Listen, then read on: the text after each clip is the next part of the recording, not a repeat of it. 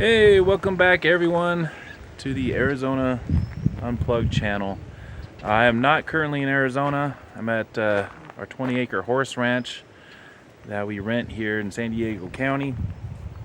But looking around, I decided to make a video on a topic that a lot of homesteaders, a lot of people that live off-grid, or even people that live in the mountains but have fireplaces, they kind of think about.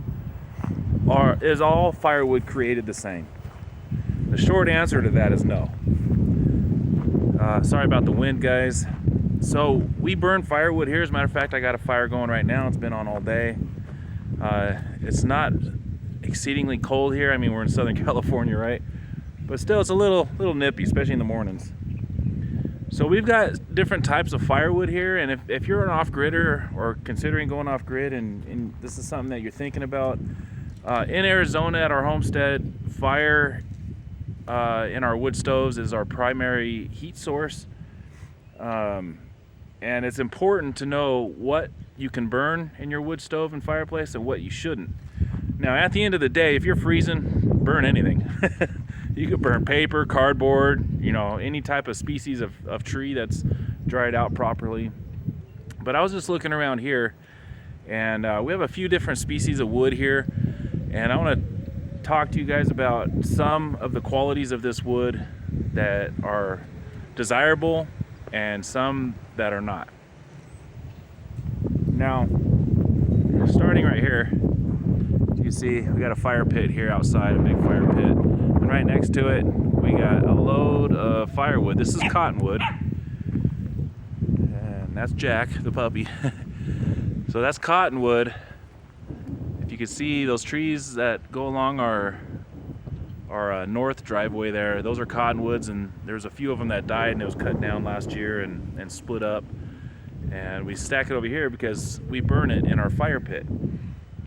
Cottonwood is not a tree or a species of wood that I would burn inside the home. It burns fast.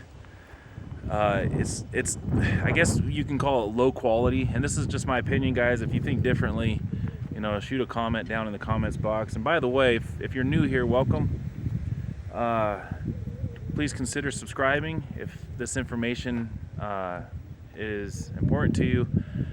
This is pretty much a documentary of our off-grid transition from, well, I wouldn't say city life, but from an area that's not desirable to us, just because city life isn't really for us, to our off-grid homestead in Arizona, northern Arizona to be exact. And if homesteading and that type of thing interests you, this is the channel for you. So there we go, cottonwood. I wouldn't burn it inside. I wouldn't burn it in a fireplace or a wood stove, but outside for a fire pit, it works great. We do some long-term cooking here, meaning, the wife's Mexican, and sometimes she'll, especially during parties, she'll have me build a fire out here, and she'll slow cook something, all day, sometimes all night. But cottonwood is fine, in my opinion, for cooking outside for quick fires. Now behind me, we have some really old 100-year-old oak trees. Oak, on the other hand, when it's seasoned, typically about a year, depending on the moisture content, is an excellent fire in your wood stove or your fireplace. Now this wood, oak wood, I would not burn outside in a fire pit because, in my opinion, it's too valuable. I'll throw the garbage wood, which I think cottonwood is, in the fire pit. Oak, you want to split that, stack it, let it season for a year or so, and burn that in your fireplace or your wood stove. It's a great firewood. As a matter of fact, it's one of the best in my opinion, that and eucalyptus. We do not have eucalyptus here on this mountain where I live just because it doesn't grow here. I think it's too cold. But one other tree that we do have is this guy, big pine trees. This is not native to the mountain here. This was brought in and planted at some time. We have quite a few of them. You can see more back here behind the chicken coop. Pine is kind of, people are mixed on it. Speaking of mix, people actually mix good firewood like oak and eucalyptus with pine, so they can get rid of their pine, really. Would I burn that in the fireplace or wood stove? Yes, but it is not my go-to. The reason being, pine trees have inside of them what is called pitch. Pitch is that gooey, sticky stuff that comes out of a wound of a pine tree, or when you cut a pine tree, it kind of oozes out. Same thing with oak trees. They don't have pitch, they have sap. Oak trees have sap, pine trees have pitch. So a lot of people make that mistake. Yes, I would burn it in an emergency. Absolutely, I would burn it all day long. But with the pitch content of pine wood, it really gums up your chimney or your stovepipe, depending on what type of appliance you're burning it in. And over time, that burnt pitch buildup on the inside of the pipe becomes extremely flammable. A lot of house fires happen because of poorly maintained chimneys and stovepipes.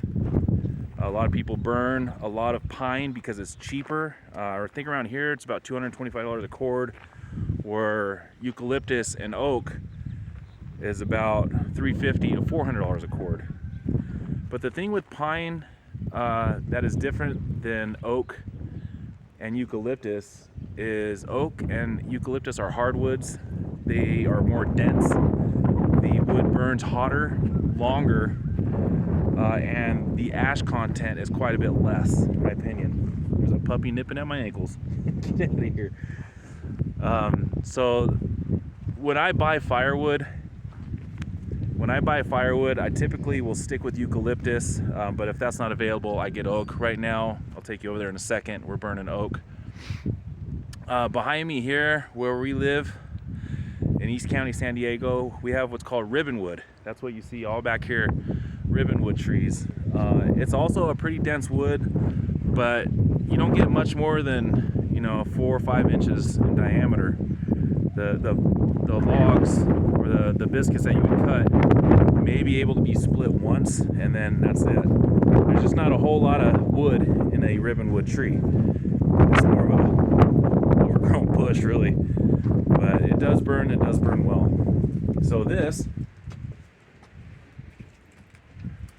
here, this is what we're burning here now. This is red oak. I'm sorry, this is white oak. It came from a town about 20 miles that way. I think it's from an arborist company that will sell their down trees to wood companies. But we're burning white oak right now. We started the winter, or we got it in the fall rather. We got it. I think we got we got 2 cords, and that's how much we have left. So this house is primarily heated with fire. We have a really big fireplace in there with an insert. It works all right. In my opinion, wood stoves are much better, more efficient, put out a lot more heat, and burn for a lot longer. So that's pretty much what I'm experienced with, guys, as far as firewood. Again, I wouldn't burn garbage wood inside your home, especially in a wood stove or fireplace. I would do pine on occasion, especially if you want help starting a fire. If your firewood is wet or damp, or if it's really humid, that pitch in the pine actually kind of acts like a gasoline.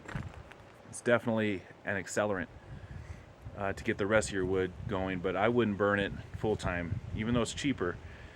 At our place in Arizona, we do have pinyon pine out there. I do burn it, especially outside of the fire pit.